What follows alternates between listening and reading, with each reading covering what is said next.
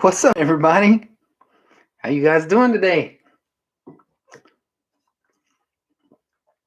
Everybody's warm, I hope. Turned out pretty nice day. I don't know if you guys even got out on the water today. Got a lot of folks in here already. Say hi to everybody. Hey, Bob. What's going on, Bob? Stephen Parker.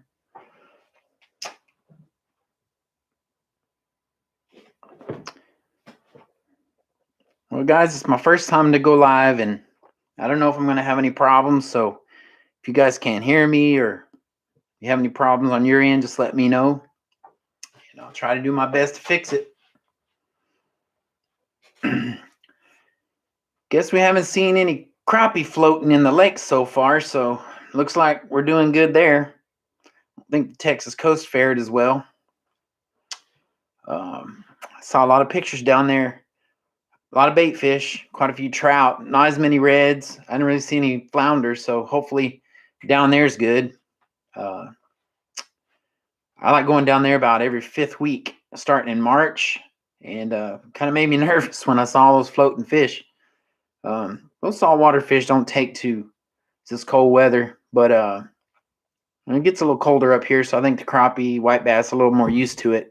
They're going to fare better than those warmer tropical fish down there do.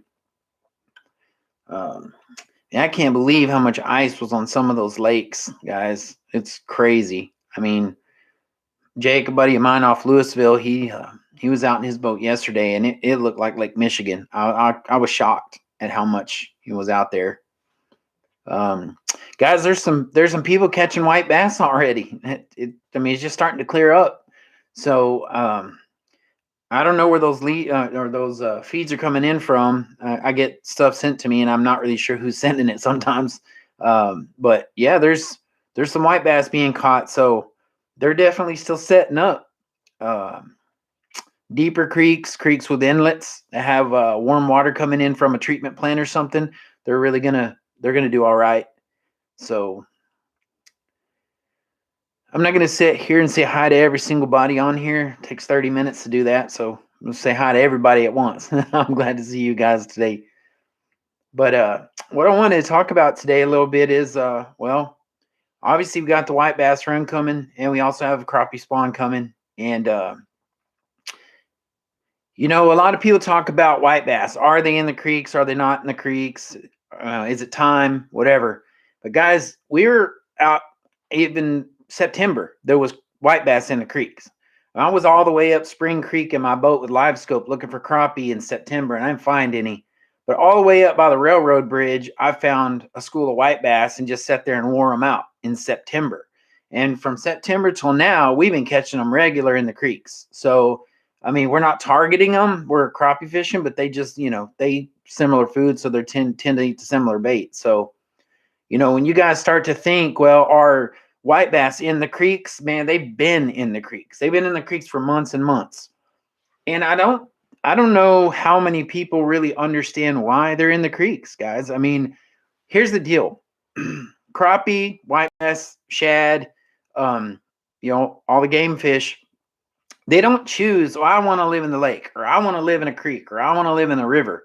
What they choose is what's sustainable. So what they're looking for is dissolved oxygen, a level of dissolved oxygen to sustain life. They're looking for a sustainable water temperature. Can they handle it? They're comfortable, and they're looking for food. Shad typically run up in there pretty early, and they're looking for a better water temperature and also chasing that oxygen. Everything else follows.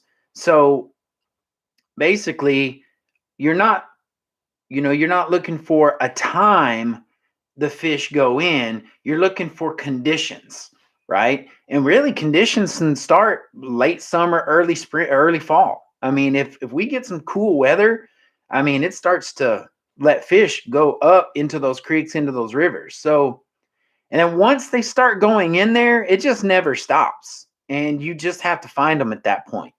So, Bob's asking me about this bag, guys. This is my PC Fun bag. They sent me this for the sand bass run for this year. And honestly, I've got this I got this spider wire they sent me, and I've been using it because this one's too nice. I like it. It's just, man, this is a nice bag, guys. You know, the PC Fun website, they're on there. They got it in black and they have it in tan, and it's got, you know, you put an Nalgene bottle or, you know, clean canteen in there. It's got a place for your shades on top, and it's hard, so you're not going to damage them, and it's felt lined. I keep like my fishing license and stuff in compartments like this, and then obviously it's got all your tackle storage in the bottom. Comes with, well, this one's got 4 or 5. 1, 2, 3, 4. I don't know what size those are. They're the big size Plano boxes. Those are not Plano, but you can put the Planos in there. So, but yeah, that thing's too nice. Every time I go to pick it up, I just set it back down and grab that black one because I don't want to tear it up. Well, let's see what you guys have to say today. Golly, just everybody saying hey. There you all are. Vicky, hey Vicky. Fredo on there. Crappie Express. Native Texan Outdoors. What's up, buddy? Wow. All right, guys. So, you know, another thing we want to talk about is crappie fishing, crappie spawn. You know, we didn't see any crappie floating, so that's a good thing. We don't have any dead crappie in the lake. So, but honestly, there's a couple YouTubers up north, I think Indiana, and I saw a couple videos. I think last spring, they were waiting, and they had to break the ice to jig and bobber in a couple of feet to catch those crappie. So, you know, those crappie aren't scared of that cold water. It's a timing thing. It's not a water temperature thing. It's not, you know, if water were to hit 55 and stay there or and climb, I mean, they're going to move. I mean, as long as the days are getting longer, they're going to instinctually move. Heck, black crappie like clear water, so they tend to live in colder water anyway. So you're probably going to see them up shallow first. But yeah, I wouldn't stop checking your spots just because we had this cold weather. That's not going to have a huge impact on what's going on. It may have slowed it down a week, but as soon as we have a few warm days, you got earth temperature coming up, warming that water. You got the sun warming the water from the surface. And we've got, you know, water inlets from wastewater treatment plants, rivers coming in. You know, it's going to change the temperature of that water back up. It's just that time of year. It's just going to happen regardless. So, let's see. Tony, let's see. Christensen, I think is your name. I'm sorry if I mispronounced that. Go fishing when you can because it's good for you. Yeah, I watch Richard Gene too. Watched him for a long, long time. He's got a good channel. It was a nice day today, Crappie Express. It was nice. Somebody told me earlier they saw near 70 degrees. I don't know what what the temperature actually was. I was in here working on this, but yeah, it was a nice day. It was windy this morning, a little chilly. Went to breakfast, and I was kind of worried it was going to be chilly, but I think it turned out to be a pretty nice day.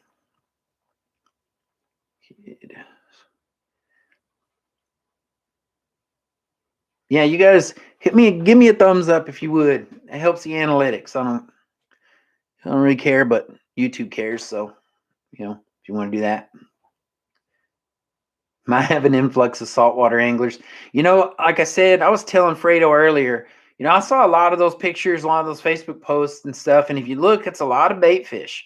So you got a lot of bait fish in those floating fish. And I think that's the sea trout, speckled trout had they took the big brunt of it as far as the sport fish go. I didn't see any flounder. I'm not saying there weren't any, but I was looking through those pictures and I didn't see any flounder. And personally, that's my favorite to fish for. And you know, I've got a couple buddies down there, and they sent me pictures and video of a big red swimming around in the shallows in the last couple of days because they're sitting in the sun, warming back up. So I don't think we took the hit that some of those pictures depict. So some of those pictures that you see floating around Facebook from the coast, they're bays. So they're inlets. They're like little inshore lakes. And I think those took a pounding. But all those fish that left the marsh and got into the intercoastal, just on the outside of the break, outside the jetties, are sitting out there. They were able to go deep and sit low and make it through this. So I think we're going to be fine. I'll be going down there probably in March, and I'll have a video or two coming out and a report from down there, and we'll know more, by then. Native Texan, he says he's going out Thursday. Rain, sleet, or snow. I don't think we're gonna have any of that. It's supposed to be pretty warm the end of this week. So yeah, it's we're not gonna know anything until we all get out there and hit our spots and just stay on it. If they're there, they're there. If they're not there, they're gonna be coming back in. And honestly, I think I found it to be one of those situations where right place, right time. If you're not there at the right place, the right time, you could miss it. They could come by, they could go further up, or there could be people in your spot. So, I mean, try to get out there as often as you can to your favorite spots, and you're likely to find them, have luck. Moving into March, and that from March on, it's just going to be, all out fishing. I mean, you just have to get after it. I go down to Port Arthur. I have a cousin that lives down there, so I get free lodging, and he scouts for us. He has a Hobie Pro Angler, so he does a lot of scouting, and that helps me out. So when I go down to the coast, I go to Port Arthur. Now I do fish some Rockport, Copano Bay, Port Aransas, a little bit. I've been to Matagorda, Freeport. I want to do a little bit of Louisiana this year, so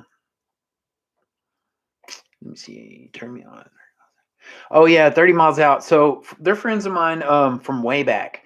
About 10 years ago, I reached out to Ty Sutherland with 30 miles out, and I told him I was interested in their channel, interested in the sport of kayak fishing, and we got together, and I fished with them on Texoma in a striper episode about 10 years ago, and I fished with them guys for a long time, and they're good friends of mine.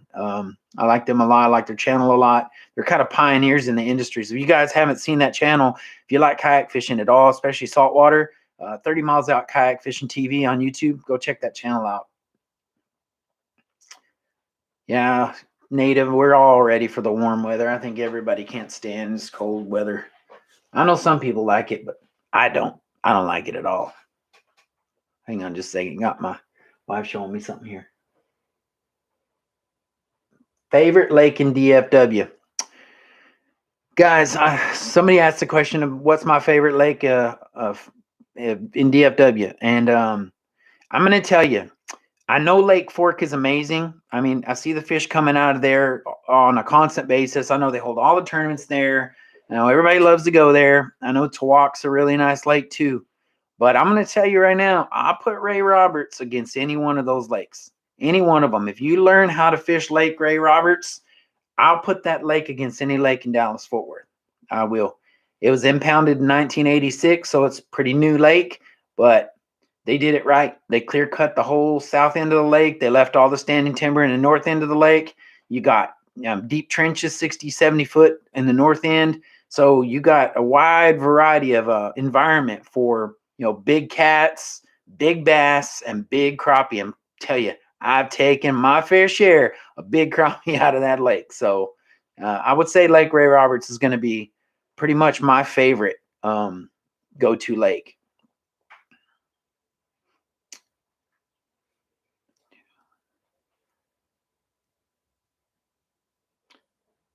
Slidell.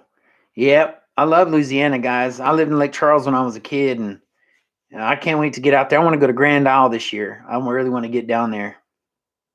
Yeah, Ray Roberts is a way more beautiful lake. And I mean, you go to Lake Louisville, and you see a lot of houses, and then when you do see landscape, it's just the same stuff.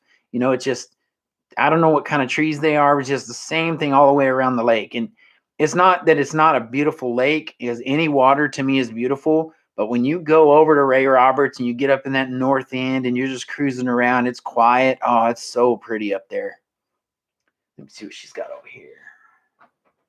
Rain will turn on the white bass, but let me tell you about rain. If it's cold rain, it can make them set down. So it's kind of tricky. If you got a warm rain, it could turn them on. If you've got a cold rain, it could shut them down and make them sit low. One thing about the white bass, you guys that don't know a lot about white bass and are learning, and I'm just saying that because I've had a lot of questions. I did not realize how many new crappie and white bass fishermen we have in the group. And The thing with the white bass is they tend to sit low in pockets. They sit holes in the creek, deeper spots, sometimes around structure, and they just kind of just hang out there. Sometimes they'll move around on bottom, but they just stay there. Where crappie make beds, bass make beds, whatever, white bass don't do that. They go into the swift water. So typically you want to look for creeks with current if you're going to go white bass fishing. And that's not it's a general rule, but it's not the constant, guys. You can find fish in weird places, and I'm not saying you can't, because I have, but if you want to not fail, find a creek with current. All right. You want a creek with pretty good current. And what you're going to want is the white bass, when they finally run, not when they're in the creeks, but when they run, they're going to go into that shallow water, especially when there's a gravelly bottom. They're going to let all their eggs go in the water. The eggs drift down, settle in the rocks, and then the males come and milk, and that comes down and fertilizes the eggs. So they're looking for that swift rapid. And if you can get near a rapid and find a deep pocket downstream from it or upstream from it, if they can pass, that's where you guys want to be fishing. If you can't find them there, start working your way back to the lake, fishing pockets, bends in the creeks, and you'll start to find them sitting low. And that's one thing I was going to show you guys. And I know we got some sub conversations going in the comments right now. Let me see. Back this up a little bit. I know we got some conversations going on, but I want to show you guys some stuff. So I brought in some baits that I use for white bass fishing pretty consistently. And I want to show you like from first to second. So right now, when it's like a little slower, it's not quite time for them to get up and be running hard. I use something like this Yum curly tail grub in white, and also use chartreuse. Now I use Crappie Max as well. Sometimes I'll use the Flea Fly Go-Go minnows. Let me open this package up. You can check it out. I like to go with a little bit bigger grub. I don't go with the little bitty tiny ones. I go with these bigger ones because you're going to get bigger fish hit this, and the little ones will still hit it. So curly tail grubs right here, these are good. If you're not going to just use a white jig or a double jig rig, this is what you want to throw on right here. It puts out a little bit of vibration when that tail's going and a little bit of motion. And this is a really, really, really good bait when those fish are sitting low, but they're stirring, you know, when you get close. So that's something that you want to do. Another thing you can do, you can throw an 1/8 ounce or, well, let me see. There it is. 1/8 ounce or 1/4 ounce micro rattle trap right there. That right there gets it done. And they'll hammer that right there. If you're in a kayak, micro crankbaits, 2 foot to 4 foot divers, 6 foot at the most. Troll this behind your kayak slow through the creeks, and it'll help you isolate those pockets of fish that you're looking for. You don't have to just stand around casting all day long. So my go-to bait, guys, I call it cheating because it's cheating. I ain't even lying. It is cheating. If you find those fish and they will eat, it is cheating. And that is right there, guys, a rooster tail. I use the hologram spoon, and if you see right there, it's got the black shad dot on it. You find this right here, you better buy about a dozen of them because they sell out fast when the fish start running. That right there will get you a limit in an hour. If you don't believe me, go back to last fall and watch my videos. I got like 10 of them limited out on that bait right there. That's what you got to get, guys, right there. But honestly, like I said, get you one of these crankbaits and troll it behind your kayak. You'll appreciate it. No. All right. So she's looking at my comments here. She asked me about the garlic sprays. I'm going to tell you right now, this is my opinion. My opinion. I'm no expert, but I fish a lot, and I've been doing this a long, long time. These fish are sight feeders, and they feel vibration with their lateral lines. They're looking for, you know, vibration from bait fish popping and hitting, and that's why thumpers work and splashers work. Scent, crappie nibbles, all of that stuff does not work. In my opinion, it's worthless. It's a waste of money. It does not work. If you're chopping up minnows and tipping your jigs, if you're putting minnows with the heads cut off on a jig head, you're minnow fishing. You're not jig fishing. My opinion. That doesn't make me right. It's just my opinion. but I got a lot of proof that the way I do it works real well. So I'm just saying. But I will tell you this, guys. If you like nibbles, if you like scent, if you like whatever you like, if you feel good doing it, do it. If you feel like it works, if you feel like you catch more fish, man, spray away. I don't like it because I stink. My hands stink. The boat stinks. Everything's got greasy crap all over it. I don't like that. So I catch plenty of fish without it. But I'm going to tell you, use it. I mean, definitely use it. If you like it, use it. But in my opinion, you wouldn't catch me with it. That's my opinion.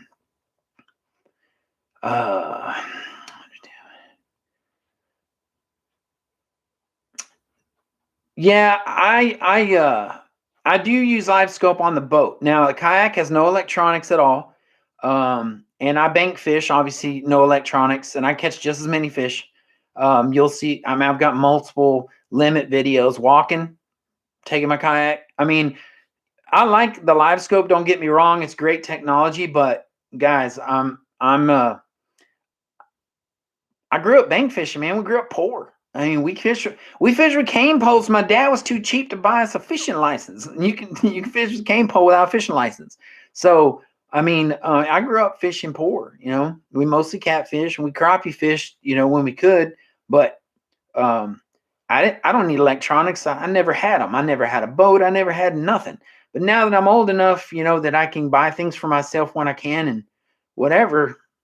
I mean, why not buy the best technology you can buy? You can't, I mean, at one point sonar was the best technology. Then next you had 3D down scan, and then you had side scan, and now you got forward scan. I mean, it's just progression. It's going to happen. You can't stop it. So might as well just join in if you can afford it or when you can afford it.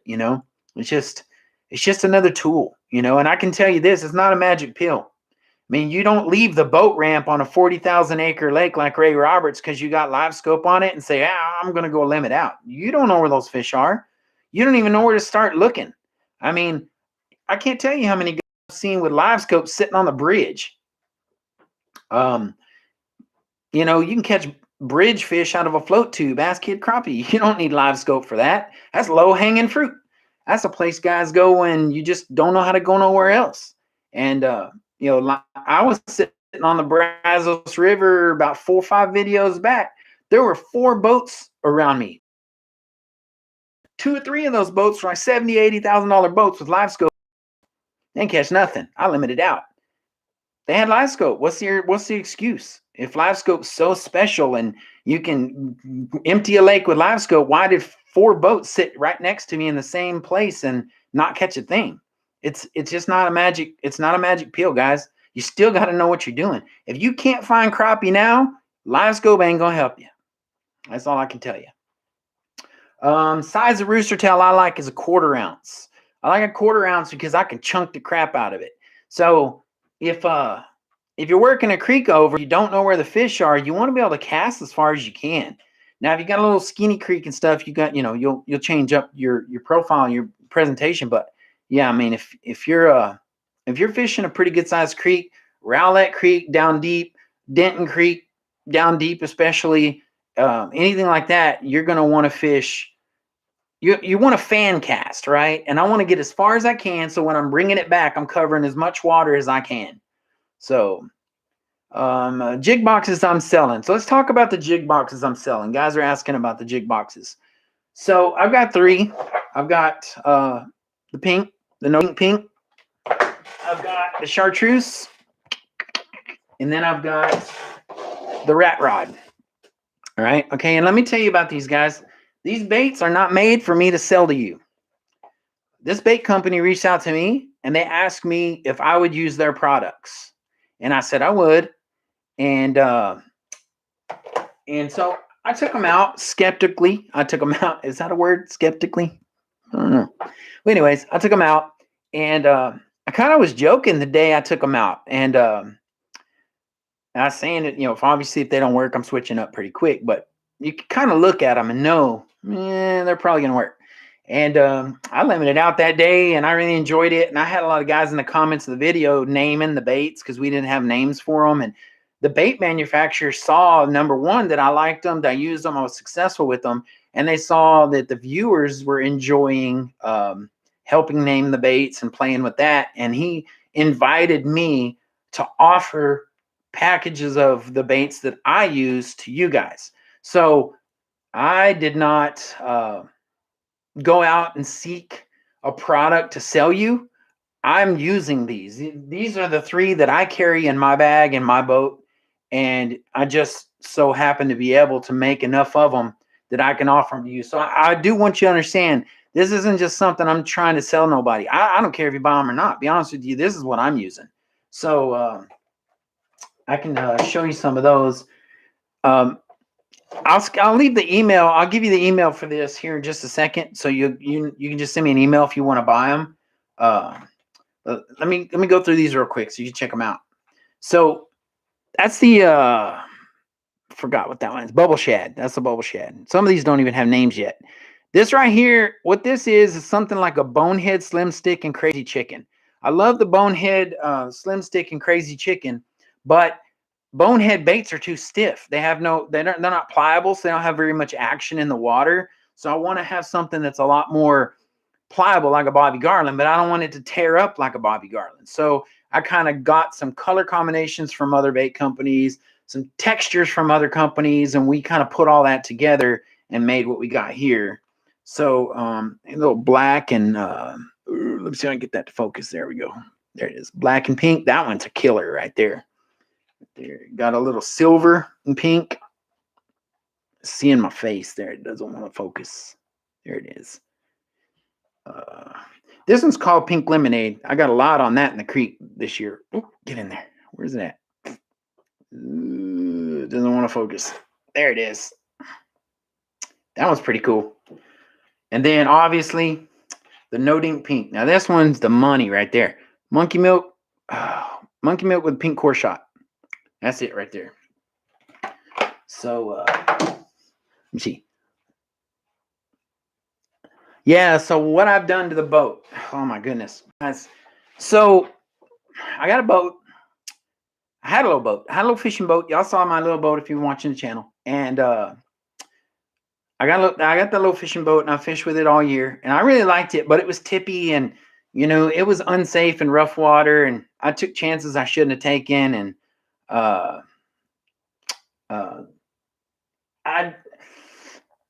wanted to take out clients. Guys, I've had a guide license since 2016. I have an ACA Level 2 Day Trip Coastal Leader certification from the American Canoe and Kayak Association. I've had that certification since 2016 as well. I used to guide kayaking and take out kayak trips, and I didn't enjoy that a lot. And I wanted to fish. I didn't want to mess with people. So I have a whole nother take on the way I fish now, and I'd love to share that with people. So I wanted to be able to take people with me, but my boat was too little for that. So I bought a pontoon boat, and I hadn't started rigging it yet. And I had a guy reach out to me that has a bass boat. It's an older bass boat, but still nicer than what I had. And he said, you sure you want to guide off that pontoon boat? And I said, well, not really, but it's what I got. It's what I could afford. And because this is an older one, I only paid a couple grand for it. And he said, well, I got a bass boat and I'm looking for a pontoon boat. So we want to make a deal. And so I went up, looked at what he had, we made a deal. So that's how I ended up with that boat, is that right there. And then I traded the little boat. I sold it, got a boat, BOTE Rover. It's a little, it's like a stand-up paddleboard micro skiff with a 6-horse Suzuki outboard on it, on a Triton trailer. So I got that in the garage. I haven't even seen that yet. And then, of course, I've got the Native Slayer Propel Max kayak. So I can kind of cover a lot of demographics there with all the crafts that I have. I've got a lot of plans for 2021. I've got a lot of good friends with Kid and Fredo and all these guys I've met. Fishing Problem, Mondo. We're going to be doing a lot of stuff this year. It's going to be, man, it's going to be packed. This year's going to be packed. I can't wait. Can't wait. Love the pink lemonade. Yeah, I like the pink lemonade too. Worked real well. Worked real well in the creeks. Pinks, one of my favorite colors for crappie, guys. It works really well. If you've never used pink before. Paul, those baits are 1.5 to 2 inch. I can do both. I can do 1.5 inch. I think those are 2 inch that I've got in these boxes right here. I actually do them bigger than that, but I don't want them bigger than that. I want to kind of match the hatch and then kind of stay, that size throughout. I think a smaller presentation is better than a bigger presentation, unless I'm targeting the big fish. And then I'll throw something like a bonehead brush glider at those guys. That's what I like to do. Let me see. All the big dogs. Yeah. Oh, so let me talk about that. So, for lack of better words, man, I've had a couple smartasses on my channel in my comment section complaining that I call crappie dogs and stuff. And, I don't know. I don't even remember what all was said, but I'll explain that real quick. When my kids were little, they always fished with me. And I always like to use minnows, and I would always ask them to get me a minnow. And they didn't want to touch them. They didn't want to reach in the bucket and touch them. And I used to have to try to make it fun for them to want to reach in and get me a minnow. And so I used to call them minnow dogs, some minnow dogs.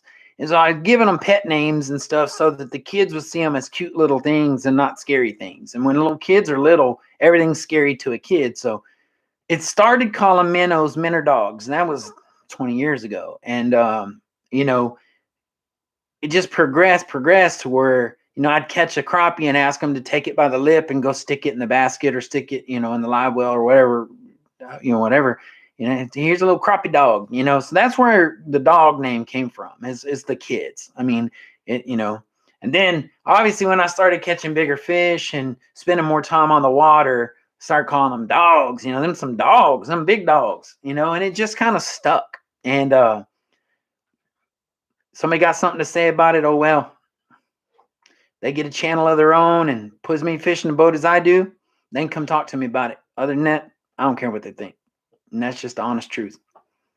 So, them crappie dogs.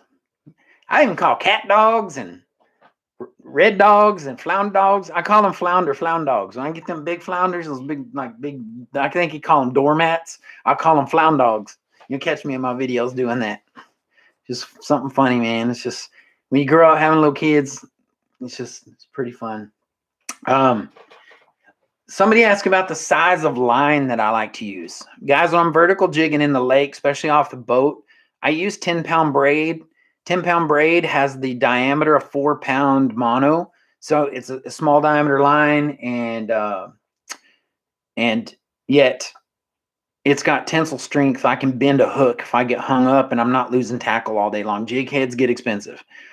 When I'm fishing in the creeks for white bass, I'm fishing with 6-pound Suffix mono high vis. If I'm dock shooting, I'll fish with, it depends on the height of the dock. I'm going to fish with 4-pound or 6-pound, also mono. And I like high vis because sometimes when the crappie hits you coming at you, you don't get a bite, you see the line jump. And if you can't see the line jump, you can't catch the fish. So you need a high vis line. So I use high vis line. Now in these really clear creeks, like Tawakoni has some really clear creeks. There's a couple clear creeks off of Lake Louisville that have water inlets. I'm thinking that using a clear fluorocarbon and 4-pound is going to be, I got fluorocoats. Let me see. Let me show you. Where's the zipper? Oh, there it is. So right there, that right there, 4-pound, that'll get it done right there. You want a good tensile strength. Don't cheap out on your line, guys. Mr. Crappie and all this Walmart stuff that you can buy in bulk or whatever, you're going to lose fish. I'm going to tell you right now, you're going to lose fish. And just go ahead and pay for the name brand. I prefer Suffix. It's hard. Man, tensile strength, the 6-pound Suffix is unbelievable. I can tell you that right now. So, and no, fish aren't line shy unless you get in those super clear creeks and they're not active. Oh, that's right. So guys, I got a problem with my camera. I'm using a Sony's ZV-1 for a webcam, and Didn't go live up to now because I didn't have everything I needed to make all of it work. And I thought I was good today. And what ended up happening is I'm using the Sony software instead of a capture card for HDMI. And it takes up the same port as the charging port. So I wasn't able to charge the camera at the same time I'm using it. So I'm having to work off battery. So if my video goes down, I've got to switch out the battery real quick, and I'll have that fixed soon. They make a pass-through battery that hooks up to power. I just don't have it yet. So I'm waiting on that. So if my video goes down, stick with me and I'll change that out in a second. So let's see. Yeah, Suffix is very, very tough line. Fishing with Sawyer, you made a channel? That's cool. You need to send the link to me so I can see it. Earth, Texas. Hey, Ricky, what's up in Earth? What's going on down there? Yes, sir, I do get some big dogs. That's the thing with Texas, man. We grow them big down here. We definitely grow them big. I can't believe some of the crappie we pull out of the lakes down here. It's like stupid. Oh, you know. Actually, if you guys watch any of the guys up north, there's I don't know, Flopping Crappie has a channel, and they always catch, they catch a lot of fish, but they're always average size fish, and that's what grows up there. They don't get super big like they do down here. And he came down here and fished on Lake Fork for about a week, pre-fishing for a tournament. I think he took 700 pictures because he posted them for 3-4 months because he caught so many big fish, and they were, they're surprised to see them that big. They're just giants. I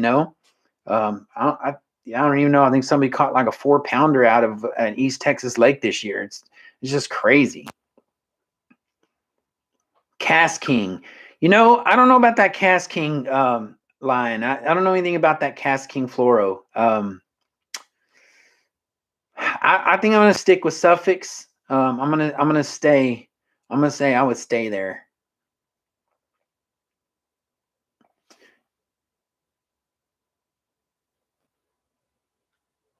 Can you open the hook a little bit when you use grubs? Do I open? Yeah. Okay. Yeah. So anytime you hook a soft plastic, especially if you think you're going to be catching bigger fish, I'll bend the hook point up a little so the trajectory of the hook point goes above the eyelet of the jig head. Some I think 4x4 makes some offset jig heads where that eyelet's offset, so you don't get that hook interference. But you want as much hook gap as you can get without it being a funny angle. So give yourself as much hook gap as you can, and you'll tend to get a roof of the mouth penetration on those big crappie, and you won't lose them. I lost a lot of crappie before I figured that out. A lot of big ones.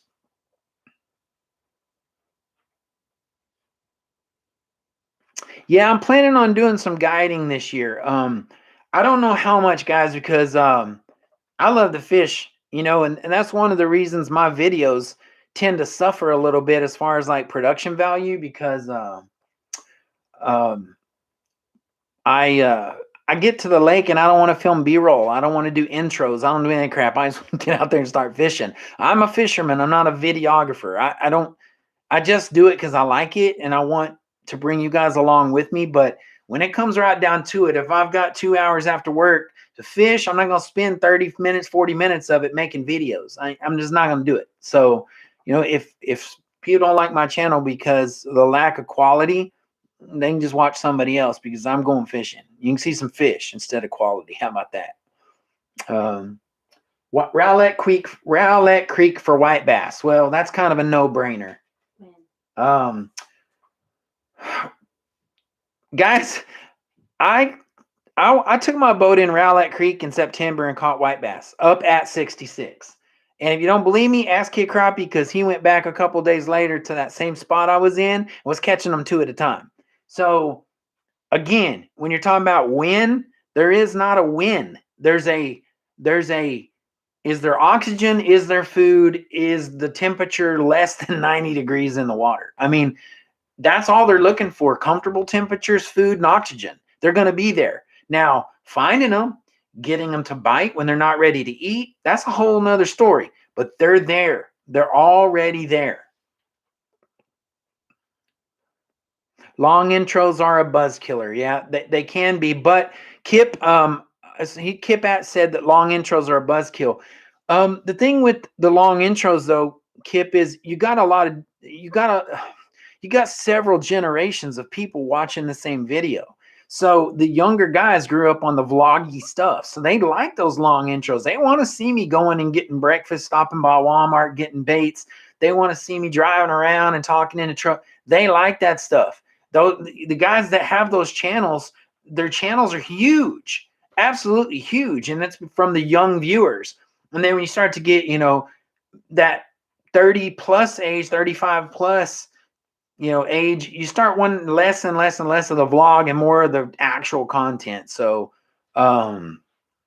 you just got to make videos for everybody. That's why you may find one of my videos that is vloggy, maybe borderline cringy. And that's because those younger guys like that kind of stuff, especially the bass kids, the kids that follow all the Googans and stuff.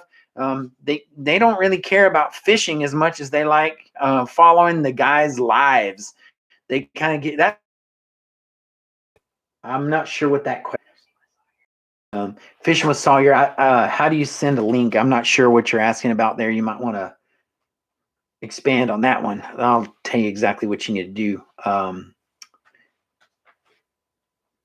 Hybrid crappie. Yeah, hybrid crappie. That big old crappie was a hybrid crappie. I hate the picture they took of that. They got that guy holding that fish way out in front of him, and it's kind of hard to tell what you're looking at on that fish that's been floating around. But that's a big sucker, isn't it?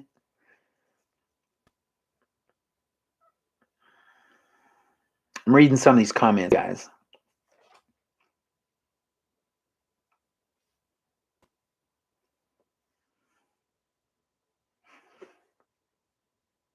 Yeah, that's right. Kid Crappie just said that. It's hard to appeal to everyone. Some want tips, some want vlog, some want catching. It's all over the place. That's another thing. So I've only had my channel live for about a year and a half. So my channel's pretty new as far as channels go. A lot of these fishermen have been around for a long, long time. Some of these channels are 10 years old. I know Kid's been on here for 9 or 10 years. I mean, he's been doing he has a full-time job, a family. You don't always get to go out and fish like you're a YouTuber, but you can still have a channel for a long time. And some of these guys have had channels for a really long time.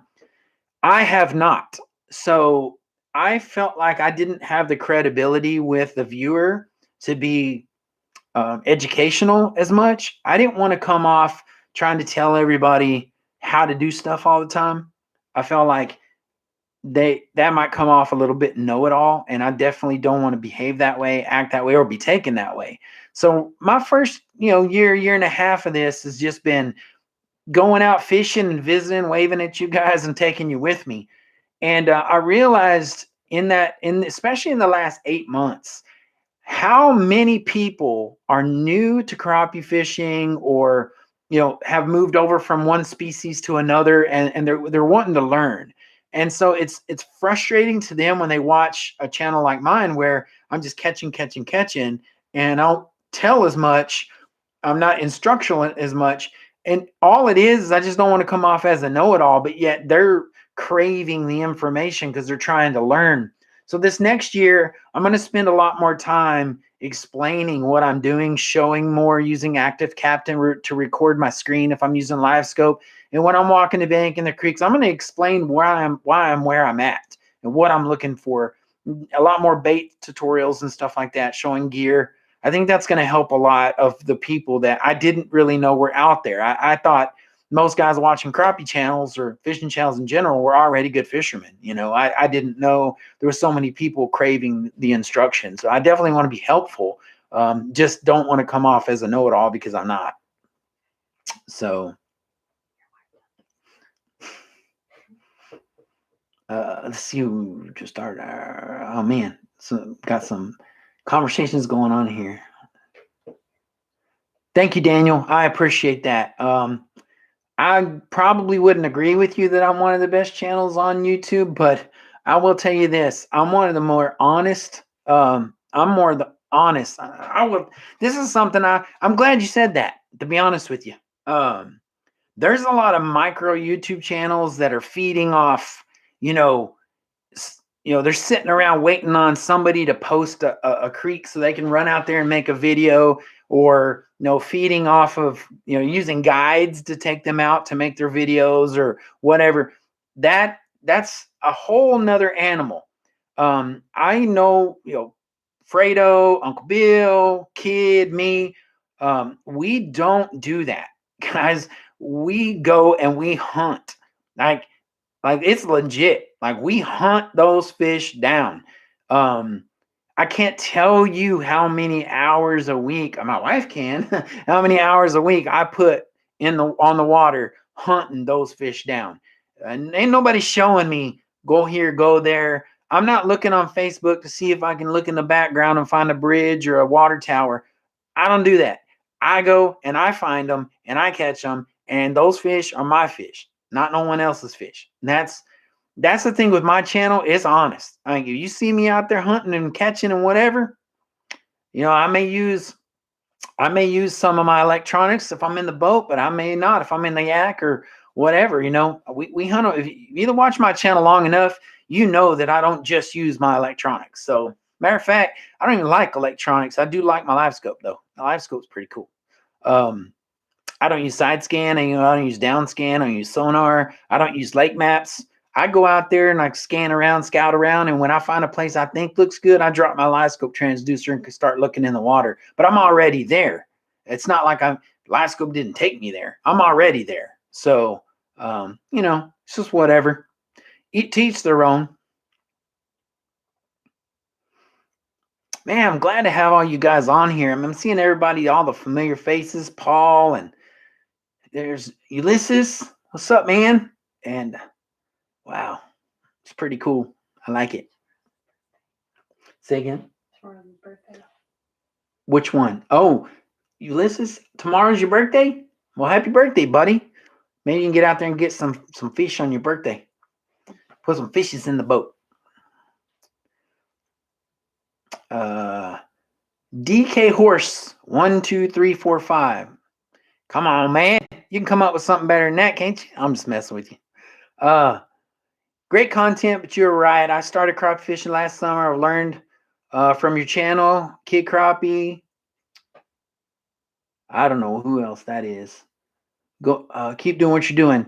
Well, that's cool, man. I just like I said, this year we're going to spend a lot more time trying to show you some stuff that we've learned. Sometimes we try to keep that stuff to ourselves, just because if everybody knew every single thing there was to know, I mean, these places would just be overrun. So you kind of got to, that's another thing about not sharing spaces. I mean, we live in a city with 7 million people, and we live in the South. A lot of people fish.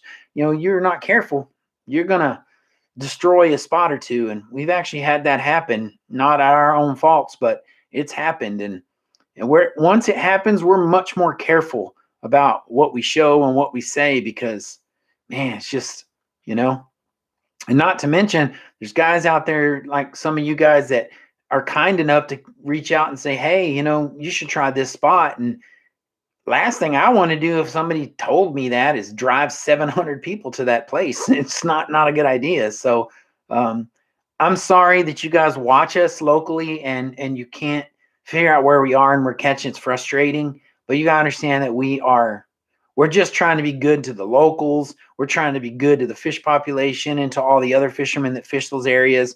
We want to get in there, catch a few fish, make a little content, get out. It's almost like take out what you brought in. Well, we're trying to go in there, get a little bit, get out, and not make a mess, and sending a lot of people into a spot's making a mess. So we wanted to, I'd love to tell every one of you guys where I'm at, but I just can't. So man, is 3 pound a good crappie? Son, if you catch a 3 pound crappie, you've been mounted on the wall. That's all I'm going to tell you. Yeah, I'm not big on records, so I don't know. I know they said that's a new record, that big fish that guy's holding up on Facebook lately. I'm sure Kid knows more. He pays a lot more attention to stuff like that. I don't know what the record was. So I don't know what you know, I don't know what fish broke it or what size it was. She just pulled up an article. My wife just pulled up an article of that fish, and it's right there.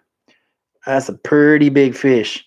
Like I said, this guy's holding that fish out in front of him with his arm extended, so it kind of changes the way. I mean, I've got some fish that would look like that if I was holding it out, but apparently with these articles that it was 4.33 pounds. Wait.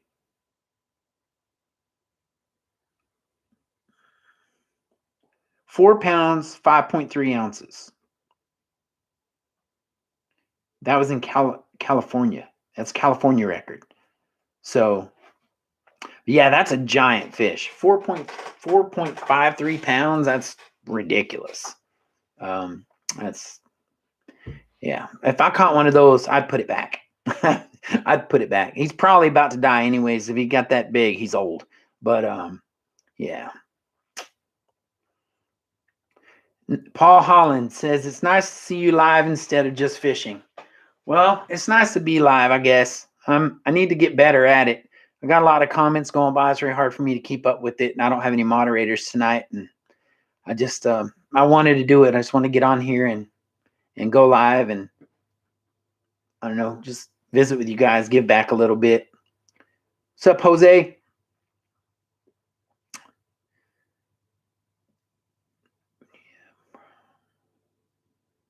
You know what? I don't catch bowfin. I wouldn't mind catching bowfin.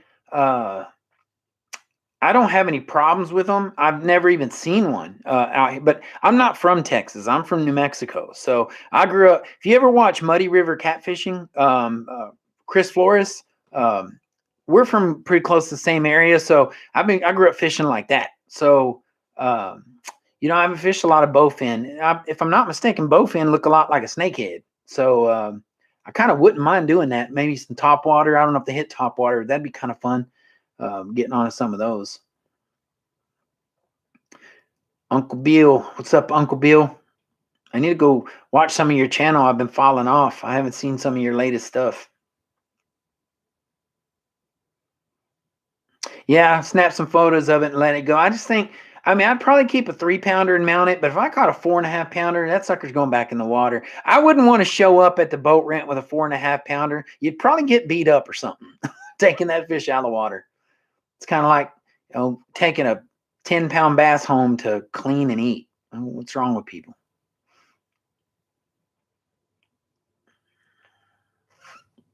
Fishing with Fredo. Fredo, I got a box blocking my screen. I can't even tell how many people are on this live. I don't even know. I'm just talking. Y'all know how I am. I'm all, especially Kid. He knows. Me and Kid talk all the time, so he knows I'm full of crap. Yeah, Muddy River's not more active, guys, because they only have one lake, Elephant Butte, and he lives in Las Cruces south of there, so he doesn't live close. And they shut off the dam at Elephant Butte and let the Rio Grande dry completely up. So he doesn't have anywhere to fish about half the year. So he can't be more active. That's the bad thing about that. And then if you fish down in that El Paso area of the Rio Grande, all you're going to catch is diapers. 5-pound in Arkansas, 6-pound in Louisiana. Man, if I saw a 6-pound crappie, I'd probably be scared of it. That's just ridiculous. I bet it looks funny too. You ever notice those big crappie look all humpback and weird looking? They don't even look normal like a crappie. They look all weird. 6-pound crappie. I bet that sucker looks strange.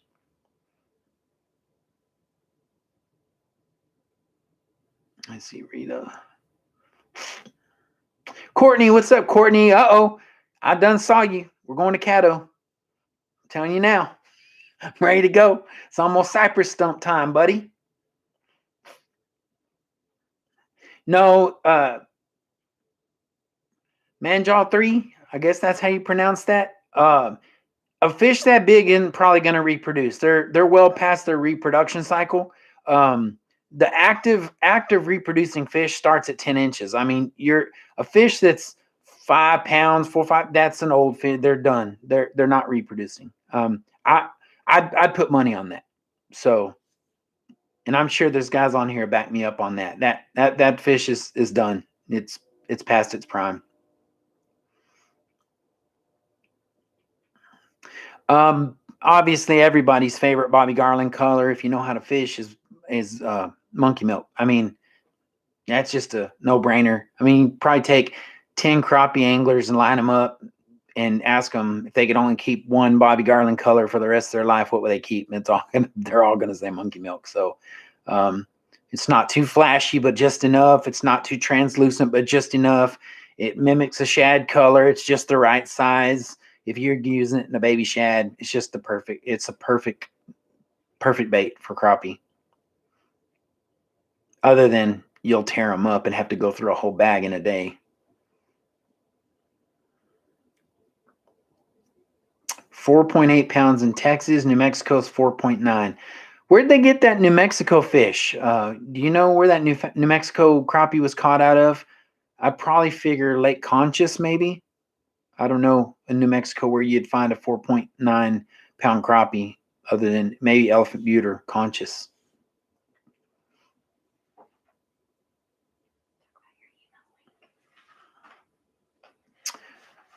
So if you guys want, I'm not pushing this stuff at all. I'm just answering questions, guys. If you're interested in any of the jig boxes or any of that, guys, I got apparel, I got hats, I got all kinds of crap, but I don't push any of it. I just made up some of these right here. They're tri-blend fishing shirts with a small logo on them, and they're hooded, and they're long sleeve. So what these are is they're like a sport tech or like a moisture wicking material. And I use these for the white bass run because, number one, when it's a cool day, the black attracts heat. They're breathable, so if it starts getting hot, you don't burn up in it. It's long sleeves on those days when the wind's kind of breezy and cool, or if you leave early in the morning, stay late in the evenings, keeps the wind off your arms and your skin. And also, I like a hood because it keeps the cool air in the wind. In the spring, the wind's windy all the time. It keeps that off my ears, and I tend to get less ear infections. So these are tri-blend. They don't shrink. They don't discolor. They're a little stretchy. They're moisture wicking, but they don't feel like sport tech. They feel like cotton. These shirts are awesome. So if you're interested in one of those, let me know. And my email address is terry@barflyfish.com. That's it. I'll put it in the comments feed. Maybe my keyboard wants to work.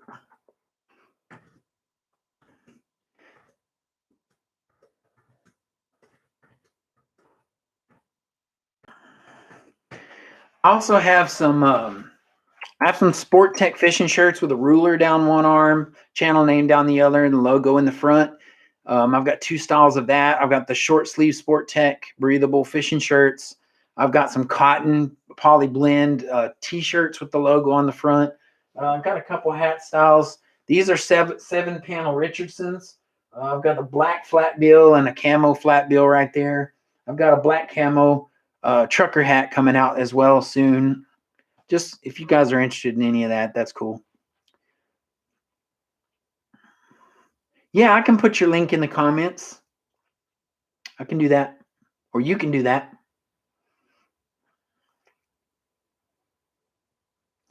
Paul, the jig boxes, so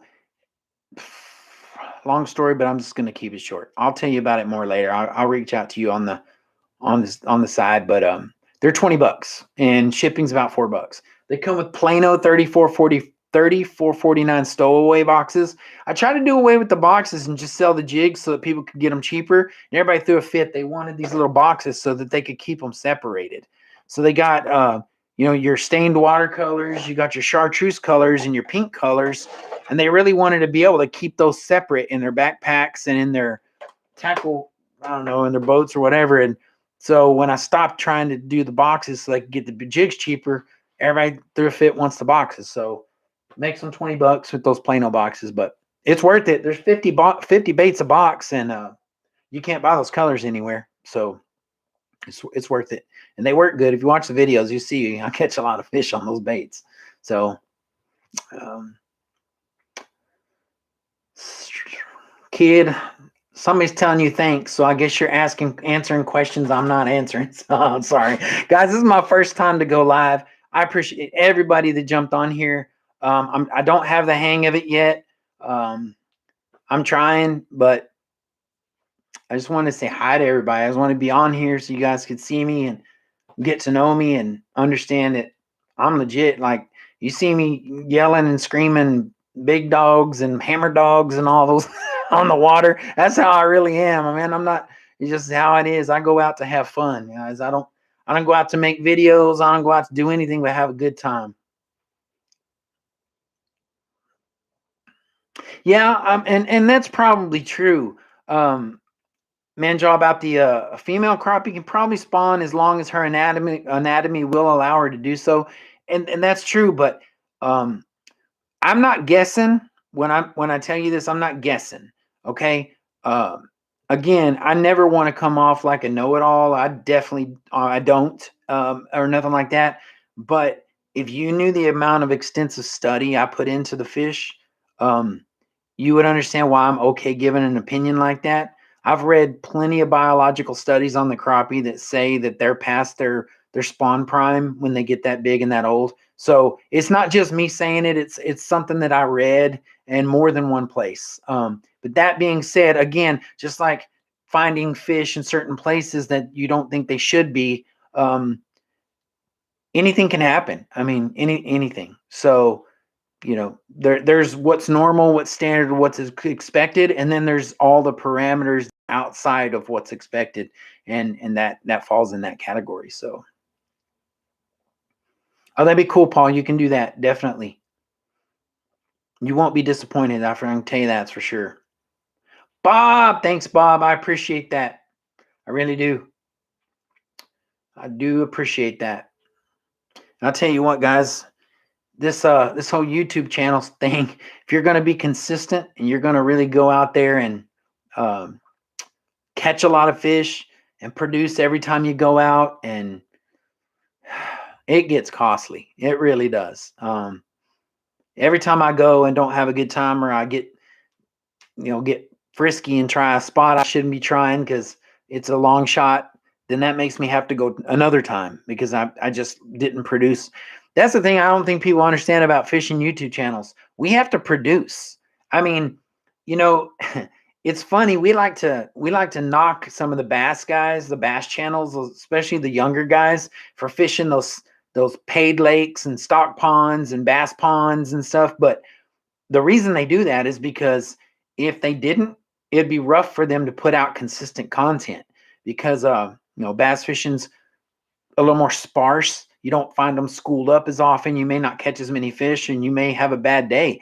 And if you go to a guaranteed place to catch, and you can put your content out. So I've been the first to make fun of them guys for fishing those pay lakes, having big channels, yet they're fishing pay lakes and stuff. But again, we have to produce, or we have nothing to show you, and we can't make a video. So the pressure's really on us. It's not like we can fill a swimming pool full of Orbeez and get a million views. That's not going to happen. We got to go out and put a limited crappie in the boat. That's a big difference. And then we don't get the rewards those guys get. So, I mean, it just is what it is. But boats in the water, guys. Leonardo, boats in the water. It's done. I'm going to have I need some, touch up things to do, but other than that, it's done.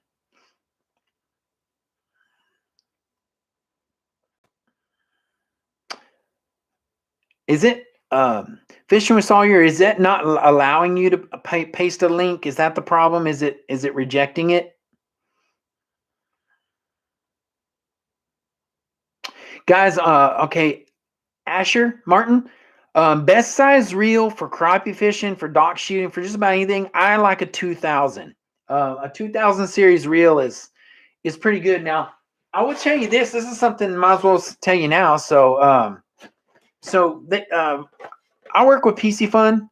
They provide all my reels, so I want to be completely transparent. I don't have to buy this stuff, but they send me a lot of reels, and my favorite to use is the Viper X, or the Viper 2s, which are now the Viper X, and the Carbon X.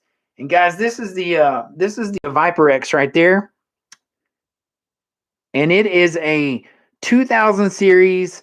10-to-1 or 10+1. It's 10 ball bearings, 1 roller bearing. It's got braid ready spool. It's got a EVA. foam handle. Really nice reels. Really nice reels. The reason I like this reel a lot is this reel in my hand is a little bit, it's a little bit bigger than a 2000, not quite as big as a 3000. So I'm going to get a little bit more line retrieval for when I catch those bigger fish. And this, I love a 2000 size reel, but here's the problem with a 2000. I'm using 10 foot, 12 foot, 11 foot rear seat ACC crappie sticks, and I need a little bit of weight on the back of that rod to balance it out, because the longer it gets, you got more leverage out off the end of it, right? Then you've got your line in the water with some weight off the end. So I want to use a 2000 series reel, but I like a little bit of weight back there to kind of help me counterbalance that rod. And these PC Fun reels get that done. Now the Carbon X is just a little bit nicer. It's got a little bit better materials and it costs a little bit more, but this reel is $45. Problem is you can never find them in stock. That's the problem, because they sell fast. So if you ever get a chance to get you one, you're not going to beat this reel for $45. I guarantee it. And if you want to see how well it works, just go back and watch my last year's worth of videos. I've been using these on every one of them. So they cast good. They don't make noise. I don't require much maintenance. I don't have to do anything to them. They're braid ready. Good reels.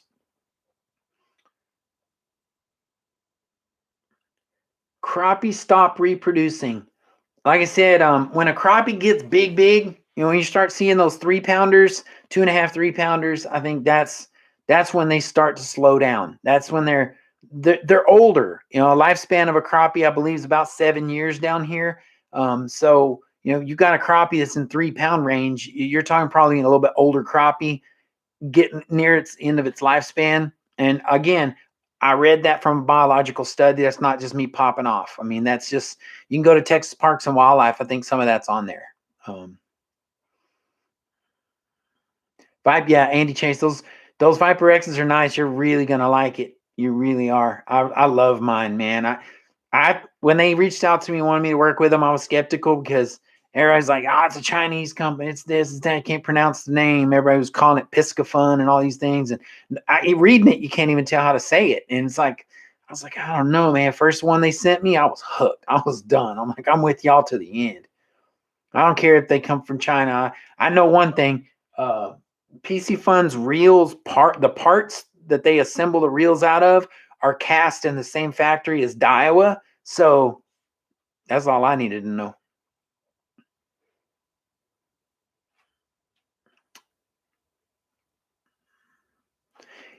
Again, Manjaw, I mean, they could, if a crappie lives the 7 years and the anatomy works properly, I mean, that crappie, they're going to want to spawn biologically out of habit, out of nature, out of, just their physical biology.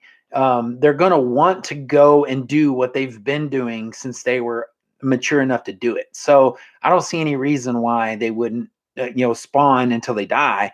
But I've read that they don't. When they get that big, they just stop. Or they may go through the motions like a hybrid or a wiper. They call them wipers up north. We call them hybrids down here. From what I understand, they're sterile. They can't reproduce, but they still go through the motions. They still go all the way up to creeks and try to do everything they're supposed to do, but they just don't.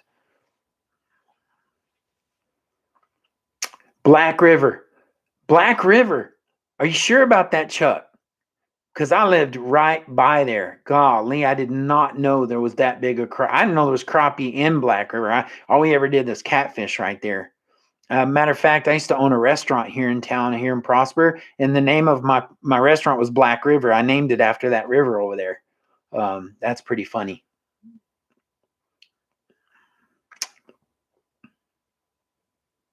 Yes, there's white bass in the Rio Grande. There will be white bass in the Rio Grande for sure. Absolutely. I would look for deep pools below rapids. I like to fish for white bass up the Pecos River. If you can get in that area in New Mexico, they'll run up to Amarada Falls from Red Bluff, and they'll get down below the falls, and you can just sit there and catch them all day long.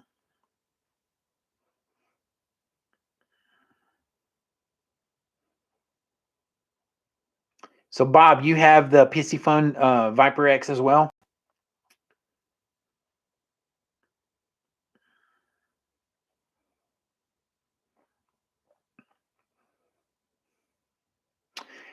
You know what, Fishing with Sawyer? Most of the guys in here are on the they're on the Crappie Fishing Texas Society forum on Facebook.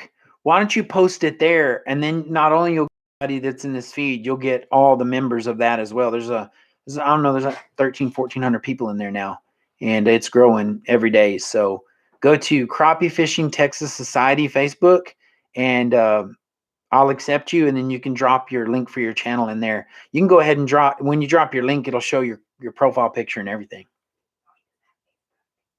Oh, you don't have Facebook.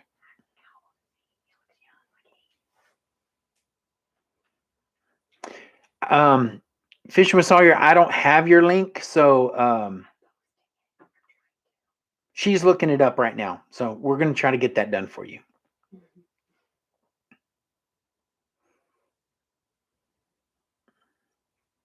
Hey, Logan Wren, just send me a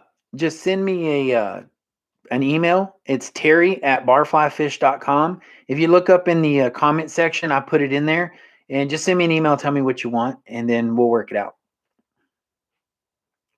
And as far as guiding on the lakes, guys, I'm gonna guide on the lakes that I think that my clients are gonna have the most success on.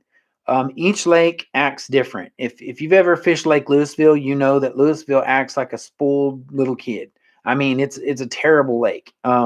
It fishes amazing one day and horribly the next, and for no apparent good reason. The Army Corps can't make up their mind whether they want to leave the spillway open or closed. I mean, they don't know what the heck's going on down there. They got that damaged. The dam is damaged, and they're working on it. They don't want to flood all of Dallas, so they really mess with the influx and outflow of water of that lake, and it really throws the fish off. So you've got all these different lakes with all these different characteristics, and honestly, I won't know until I get deep into it and do a little bit more studying on structure where I'm going to want to guide, because I just want you guys to have a good time. And I can tell you this, if you go with me, we're not going to go out in the deep part of the lake and sit over brush piles, let you catch a few fish and take you back to the dock. We're going to go fishing timber. We're going to get out there and have a good time. It's going to be a lot of different experiences, not just brush pile fishing. It's just not the way I want to do it. Hey, Bob, he is. I think he's kind of young, so it's cool. I don't mind that at all. There's a couple of guys I wouldn't let spam my feed, but he's not one of them. So cute. Yeah, Asher, I use the go-go minnows. I absolutely do. The flea fly go-go minnows. They're a little small, so you're gonna tend to catch smaller white bass if you get into them feeding pretty heavy. The little ones are gonna tear those go-go minnows up, and you're gonna miss a lot of big fish. So what I like to do, I don't think I have it with me. Let me see. Let me look.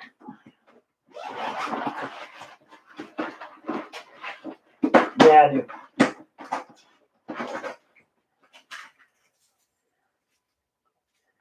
So I will go up in size. I can't even get these apart. Got the hooks meshed together. But if I can get them apart, I'll just show you anyway. So I use the X-Wrap or Husky Jerk Shad with the marabou tail. I've got a little 1/4 ounce white rattle trap hooked to it. But use this right here if they're firing off. You know, if they're timid, go to the go-go minnow, drag it slow on bottom. But if they're firing off, man, upsize to a jerk shad or a jerk bait or a rattle trap, 1/4 ounce or 1/2 ounce rattle trap, and you'll catch bigger fish. Now, little ones will still hit it. Don't get me wrong. I've seen little bitty white bass that long hit a bait nearly the same size as the white bass. Those things are ferocious, man. They're like piranhas of the fresh water with no teeth. But if you want to stay out of the babies, you gotta get away from the go-go minnows if they're feeding heavy. Unless that's all the fish that are around, and you'll figure that out.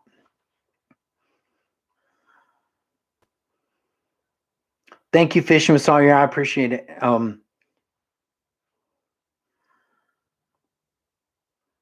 Yeah, Uncle Bill. I actually have that merch site done. It's just the guy that's running that for me. He did some things I didn't like, and I had with his weather and all that stuff. I haven't had time to go over there and sit with him and get it all tweaked out. So, it just I'm not that worried about it. So I just not haven't rushed. You know. Art, I don't know about the white bass run at Eagle Mountain Lake, but I will tell you this. So the fish coming up out of the preserve, you're gonna do pretty good there. If you can go find where they're running up out of the preserve towards Eagle Mountain, you'll probably catch quite a few fish. I wouldn't eat them. You'll grow a fourth arm, but yeah, you can go catch them at least.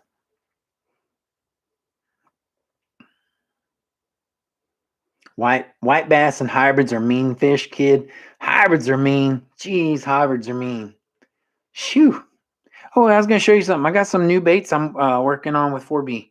I got this little one right here, and it's there it is. It's a lot like a mini fluke, but it's jointed. He just poured them in pink because that's what plastic he had available at the time. Also working on this too. This is exciting for me for the bigger fish for this year. It's a ball tail. A little bit like a baby shad, longer tail with a ball tail on the end. And that ball tail is more like a ping pong paddle than a ball. It's kind of flattened out. So it's going to catch water really good. That's going to be a great bait. Again, he already had some plastic ready in this color, so he poured it this color for me to look at. That's not something I'd probably use color wise, but it's a design that I'm looking at, so working on those for myself as well. Now I'll have those available for you guys. White bass will run April. It depends on weather conditions. If we have some late cold fronts, you could probably still catch them early May, but probably by early mid May they're gone. They'll be back in the lake. And I live in Texas, Fishing. Sorry, I live just north of Dallas. Yeah, Chuck, the old crappie might be firing blanks. That's true. Like I said, they'll probably still try because it's just biological. It's what they do, but that's probably what they'll be doing. Lavon is full of white bass. You can probably catch them with your hands in there.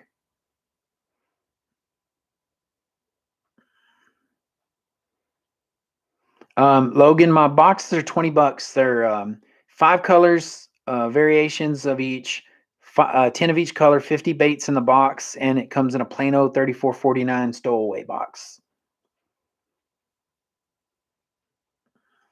Uncle Bill likes the main lake. Uncle Bill, you need to get in them creeks. It's fun. It's a lot of fun. I bet you can get that boat up some of them creeks. Let me see.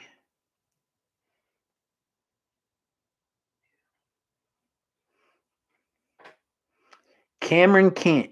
You got you a channel 2, Cameron? Because I saw him say he subbed to you. I don't go noodling because I've caught some turtles that'll take your hand off.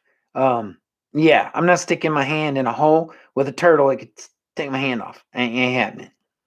Nope. Sorry. Trot line, yeah. Limb lines, yeah. Sticking my hand in a hole, ain't gonna happen. Nope.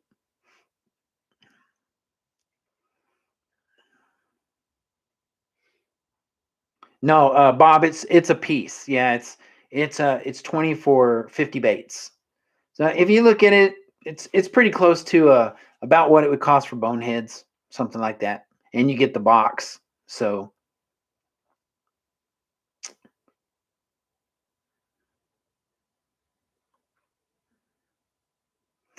guys, I'm on Ray Roberts all the time. Yeah, I go out there quite a bit. I if I find those spawning fish, I'm not gonna tell you where I'm at, and I'm probably gonna be looking a lot of East Texas. They're gonna spawn faster over there, earlier, a lot more shallow water, a lot more, I think, natural forage that I'm gonna be looking for the spawn season. So you probably won't see me solid on Ray Roberts till about May. But man, that standing timber holds those big ones, boy. I can't wait for that. I don't know Norris Lake. I sure don't. And I don't think there's hybrids in Lavon. There's hybrids in Ray Hubbard, though, just below Lavon. There's some big ones in there. You know, I went out. When it was starting to snow, and we did catch white bass a couple times, and I just didn't put the videos out. I want to wait. I don't know. Just I wasn't comfortable with it, even though we caught fish. So just holding off. And that was for you, Crappie Express. Sorry. I have not fished Lake Fork. I've been out there a bunch of times. I just haven't fished on it. I just too many people out there on the weekends and stuff. And I got Ray Roberts 13 minutes from the house, so they're real similar. Fish just as well. So I have fished below Fork, below the dam though. Crappie, they don't build nests like a bluegill do or whatever, but crappie will fan their eggs into structure, or they'll lay eggs in the forks of bushes. They'll get up on the bank and they take their tail and fan them a little place to lay their eggs. Sometimes the way crappie lay eggs, it varies. It's not all the same. Like you'll see a school of bluegill and it looks like moon craters all in the bottom. And crappie, they don't look the same. Crappie, I was reading a biological study on crappie spawning, and they say the national average depth of spawn for crappie is 12 feet deep. So they lay them in forks of trees. They lay them in bushes. It's kind of diverse. We know it as walking around with waders, catching them on the bank, but that's not what it's all about. That's just what we know. You know, it's what's easy. And I think too many people go for easy. I have not fished Lake Eufaula. I wouldn't mind though. Yeah, Fredo, let's go back to Texoma when it warms up, get some of them cats. If we go up there in April, early May, when the water hits about 65, 70, we should be able to get some of them big spawning female blues. That'd be a lot of fun.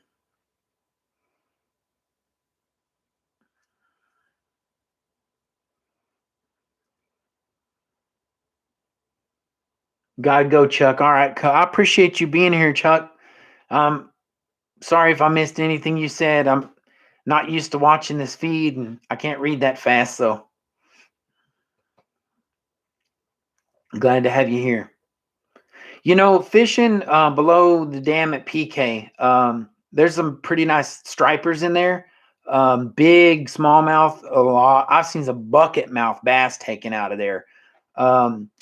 I don't tend to gravitate towards Granbury, PK, and all that very much because they're always having those golden algae blooms, which affects the fish population. And if I'm going to spend my time catching fish, looking for fish, and scouting, hunting, I'm not going to go to a lake that has population problems. And I kind of feel like that's going to be the situation over there. They're more play lakes. You get out on PK on a weekend and you're liable to get killed. So it's kind of like Louisville. Hey, Abbott, how's it going, buddy?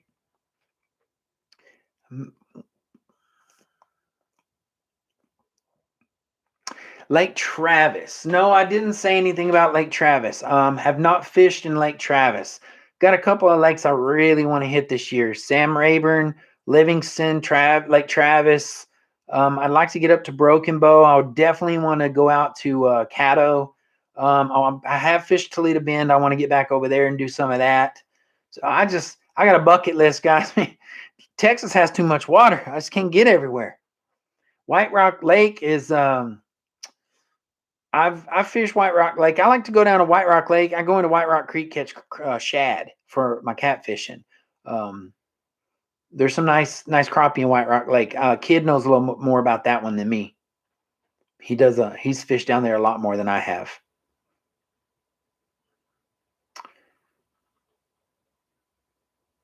You know, Fisherman Sawyer, I started on YouTube about a year and a half ago, Actually, I fished with 30 Miles Out for about 10 years off and on. I was on their channel, different episodes fishing with them, saltwater, freshwater, Toledo Bend, Texoma.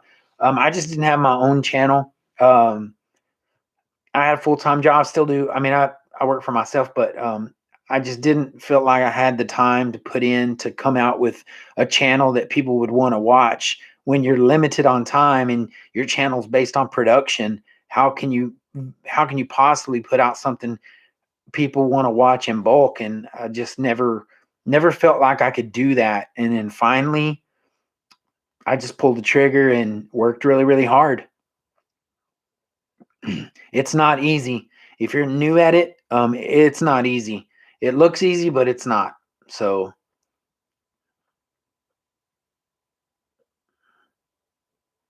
yeah, Texoma is the right lake for striper, but Whitney has some nice striper. Um, you know, there's a couple of lakes that have some really good striper in them. I know Whitney has some big striper. Texoma, no, I mean I'm sorry. Tawakoni has big hybrids. I think there's some nice striper in Possum Kingdom as well.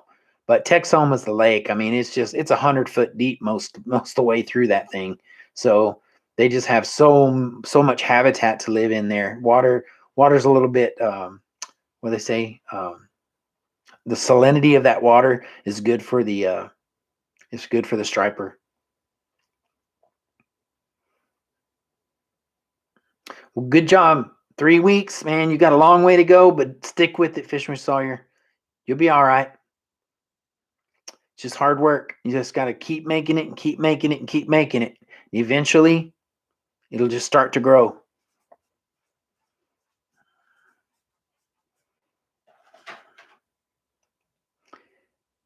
Hey, Mike Hallmark. I didn't know Tawakoni had stripers. I thought they only had big hybrids, but I would not be surprised. That lake is ginormous. So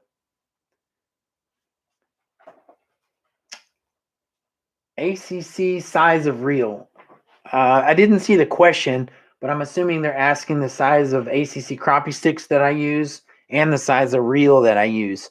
So guys, if you crappie fish from multiple platforms, bank, kayak, boat, and everything in between, you're going to need an array of rods. Dock shooters from 5'7", 6'6", 7 foot, 7'2", 10 foots, 11 foot rear seats, 12 foot rear seats, 12 footers, 13. There's guys using 16 and 17 footers now.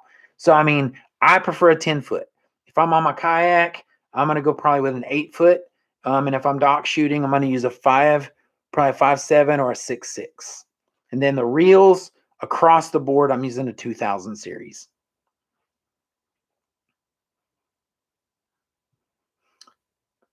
Art go-to lakes: Ray Roberts, Levon, Tawakoni, Grapevine, Louisville sometimes, but it's just cantankerous, that lake. Texoma, those are my go-tos. I have some smaller ones that I hit, just some little no-name lakes that have good fish in them.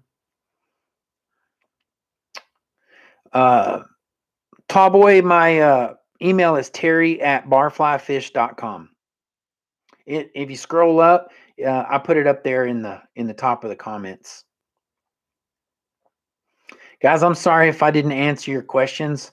I don't have any moderators tonight. It was kind of a spur of the moment thing, and this is my first time to go live, so it's pretty easy for me to miss something. Well, I say I don't have a moderator. My wife is helping me. You know, Blake, I think his name's Blake, that owns Bone Sticks. I talked to him before I went with ACC. I also work with ACC, so just to be transparent, I'm on their pro staff, which is pro staff, but I'm on their pro staff, which pretty much means they provide me what I need to fish with. And I talked with Bone Sticks prior, but he's a little bit smaller company and he sells out real fast. So he never has any inventory, which is not a bad thing. It sounds like a bad thing, but it's not a bad thing. He just sells his rods fast. And so he just couldn't provide me what I needed. So I went with ACC so I could get what I needed. But yeah, bone sticks is great. And if you like using a bait caster, they got that spiral wrapped rod, so you can use a bait caster. Those guys like to chase those open water fish, so that's good for that. Greg Ashley, crappie, sandies, and cats, all you fish, or blacks too. I don't fish for largemouth at all. Every now and then you'll catch me in the spring, walking the banks with top water, walking the dog in the mornings, like at sunrise. But on a consistent basis, I don't largemouth fish. I don't enjoy it. I catch tons of largemouth crappie fishing because they typically hit the same baits as a white bass or a hybrid. They'll hit anything moving. But yeah, I if I'm gonna catch something like a largemouth, I head for the coast and I'm fishing red, speckled trout, and flounder. So that's what I like to do. Buchanan is a good lake. Very good lake. Fishing with Freddie, or I'm sorry, Funny Freddie fishing. What color baits are working? Freddie, to be honest with you, buddy, if you can get it in the fish's face, probably gonna hit it. So you want light colors when the water's murky. Water's clear. I like to use a darker color or chartreuse. Can't go wrong with chartreuse or monkey milk.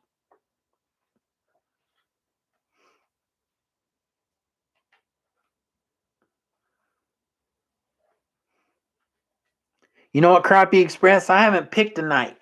I don't want to interfere with anybody's life, and I don't want to interfere with anybody else's live stream. So I don't know what night's going to work out best for me, and I need to get better at this. So we'll figure it out. Maybe Sunday, maybe Tuesday. I don't know. Good job. Saw you caught a lot today. What were you fishing? Largemouth?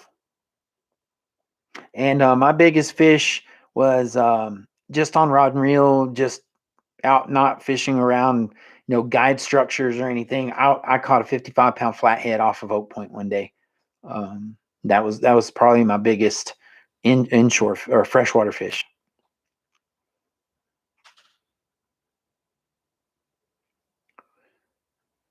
The new boat has a 200 horse fuel injected Mercury, so that's going to be nice. That sucker's scary fast. I took it out one day. We won't be doing none of that. We're just going to be putting along.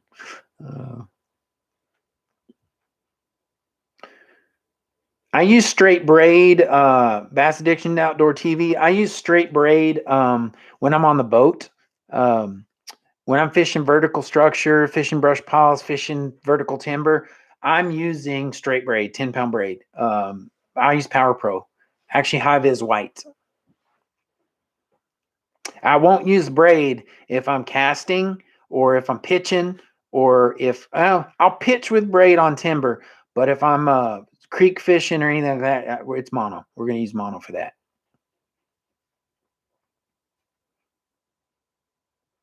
I imagine that the cold water from the snow pushed them out, but they're going to come right back. I mean, they're those crappie.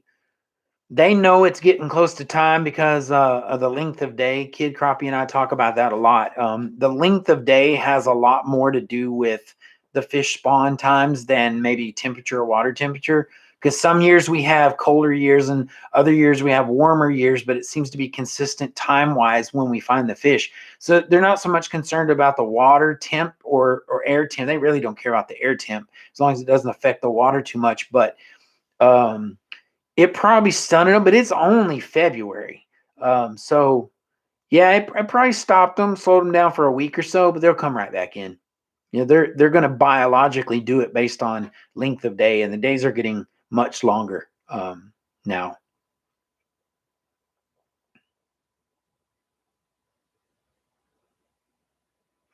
Ricky, what I do is I have a Texas real estate license. I was a telecom engineer for 25 years, and I wanted out of the business. I got into real estate. I didn't enjoy that, so I started a real estate marketing company, and I do marketing work for the real estate industry. I'm a photographer and videographer. So if you go on Zillow and look at houses, I take a lot of those pictures. I do a lot of high-end, high-quality photo work for the real estate industry, and I also teach a couple of master classes that I wrote on marketing to the realtors.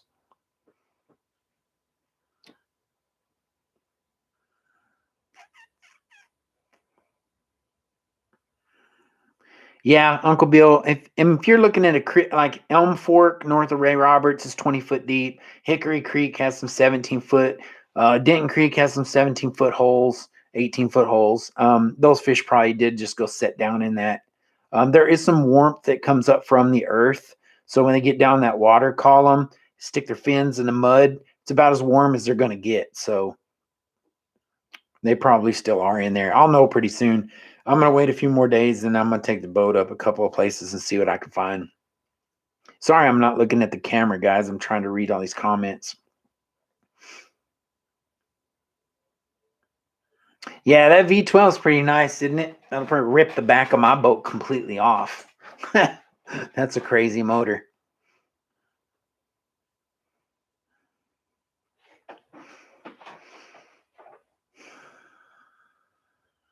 Well, guys, it's getting late. I think it's a school night and a work night and everything else. I didn't realize it got so late. I was just enjoying visiting with everybody. Oh, good. Yeah, though that Fishing Specialties transducer pole for the live scope's a really nice pole. It's nice to move around, and if you hit something, it tends to want to pop out. It's got a breakaway lever on it. It's a good pole. It's one of the best ones out there, I think. If you're going to manually move that around, I have the new I have the all aboard marine transducer mount on my Ultrex now, so I don't need that anymore. But Cadence reels are okay. Their rods are nice too. I work with these companies, so I was able to give them an opportunity to try their products without having to actually pay for them. And I don't know, when you do that, you get to use everything. You get to pick what you like, and then that's why I'm kind of fond of what I use. But there's a lot of stuff out there, and honestly, like I said, a lot of the companies get all their parts cast in the same factories, and they just assemble them in their own location. So, I mean, when you're buying different brands, you typically end up with the same parts. So, just it doesn't really matter.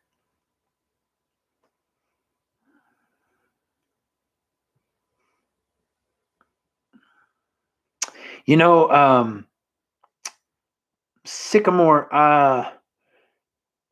You, I wouldn't expect to see crappie past. I've heard 60 feet. I've never seen one 60 feet. 45. I know we catch them at 45 in the winter, in the dead of winter. I've heard they go 60 feet. I would never look for a crappie in 75 foot of water. I've seen stranger things. I'm not going to tell you they're not there. I wouldn't look past 45 if it was just me. If I'm going to be looking in 45 foot of water for crappie, that means it's probably wintertime and I'm going to be in the creeks. I'm not going to be out deep.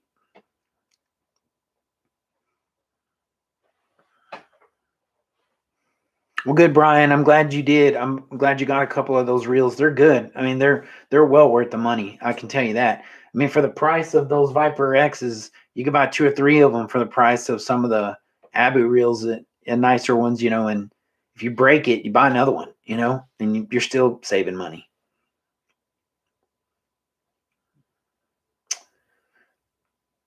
Yeah, I think, like I said, 52 feet, that's deep, kid. I probably wouldn't look past 45. I might eyeball it, but I don't think I would drop on it. Uncle Bill, what is the deepest you've caught crappie? Because I know you like that deep part of the lake. I always see the dam in your videos. You're out there in them deep parts. Like I said, I know 60 feet is what I've been hearing here in the Dallas area. Yeah, 35 to 45. Yeah, that's what I heard. They get any deeper, and them blue cats are going to eat them. Flatheads are going to gobble them up.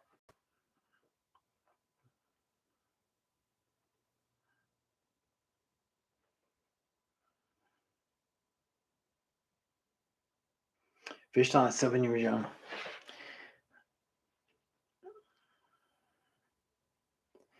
Yeah, like I said, I've heard 60 feet, but I've never seen them in 60. Lieutenant Dan was telling Jake that he was catching them in Ray Roberts in 60 feet, and then he said he was north of Lone Oak Road, and there is no water deep, 60 feet deep north of Lone Oak Road. That's all 40 foot or less. So I don't know what the truth is about that. So.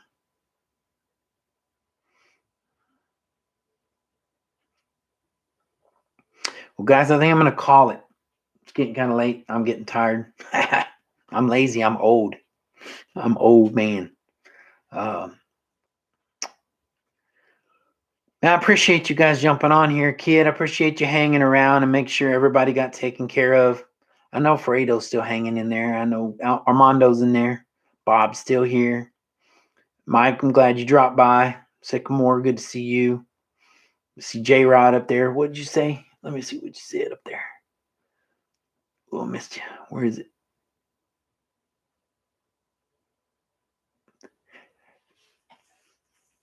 Oh, man.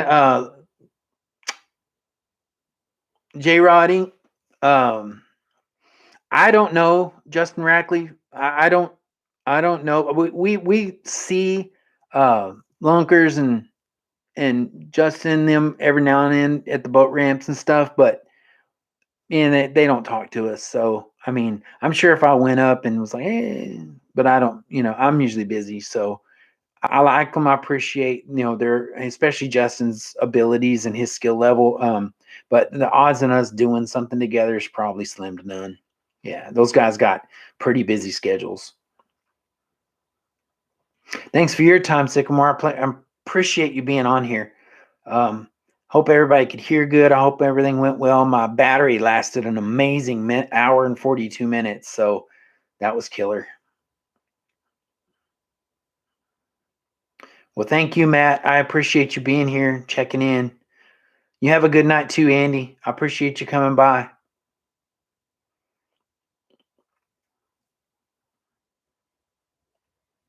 I'll check it out, J-Rod. Definitely.